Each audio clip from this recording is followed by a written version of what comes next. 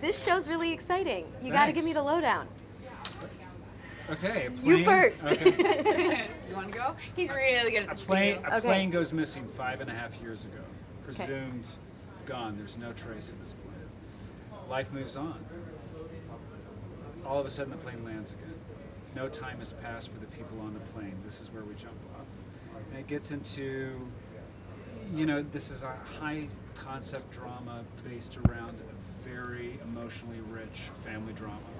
So if no time has passed for people on the plane, time has passed for people outside the plane. 5.5 years. Yeah. Wow. Yeah. And you're on the plane. Yes. So what are your characters like? I play Michaela Stone, so siblings. She was a cop, and she's gone through a lot of tragedies in her life, and so in landing is forced to deal with a fiance who is now moved on, and mom has passed away, and she's a bit more of a free spirit, and they were both raised religiously, and my character is kind of lapsed, but within coming back, starts to go back to that faith a little bit. And I play Ben Stone, brother. I'm a mathematician, so I have a very scientific mind based in truth and reality, and that's where we differ. And Super humble. yeah, super humble. And well, he's actually not humble. He's he likes to be the smartest guy in the room, and but he's self-aware of it, so it kind of softens his edges a little bit. And he's a family man. He's devoted to his wife and his 2 kids, which he has twins, a boy and a girl. My son Cal is, when we open up with the pilot, we see him. He is dying of a terminal illness. He's a 10-year-old boy, and there's no cure. And when we land, there is a cure. Wow. But he's also lost out on 5.5 years of his daughter's life. And his wife, there's unspoken things there, and things have moved on. So, they're both going to be trying to grasp this new reality, this new weird, strange world that they're in that looks the same, but it's completely different.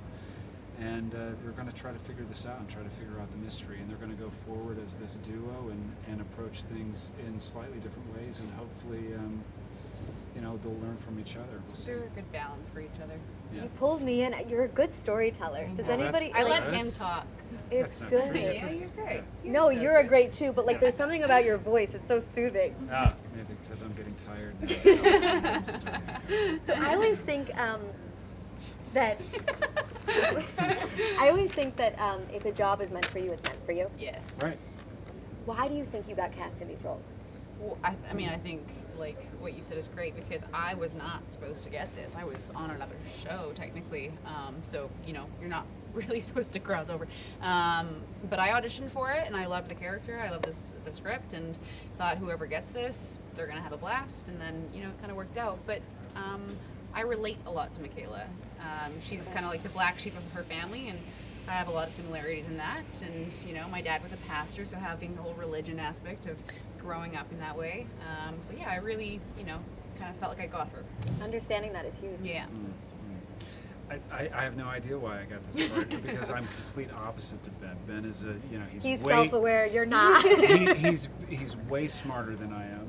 He's a scientific mind. He's a mathematician. He believes in absolute. He believes in logic. He believes in concrete earthly things, and I'm very spiritual. I believe in the universe. I believe in a higher power, and so we're very different in that kind of way. Ben feels that the great thing about science is it's true, whether you believe in it or not. Right. So we differ in a lot of ways. So I think I got a lot to learn from him, and that's exciting. Before you guys were cast, you looked like this. Ah! Look at that hair. Do you recognize these people? I sure do. That is do? some My short-lived softball career. You look like a killer with that So- bat. Look at that. That's why it was short-lived.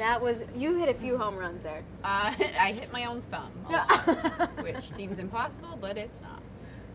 I mean, look at that hair. Right? It's good. You still have good hair. I said, Mom, why did you let me go out in the world with hair like that? She goes, it would just explode. It would just explode. She was practicing the blowout look, and she I would guess practice it on so. her head. That is so funny. Well, you know what they say, the higher the hair, closer to God.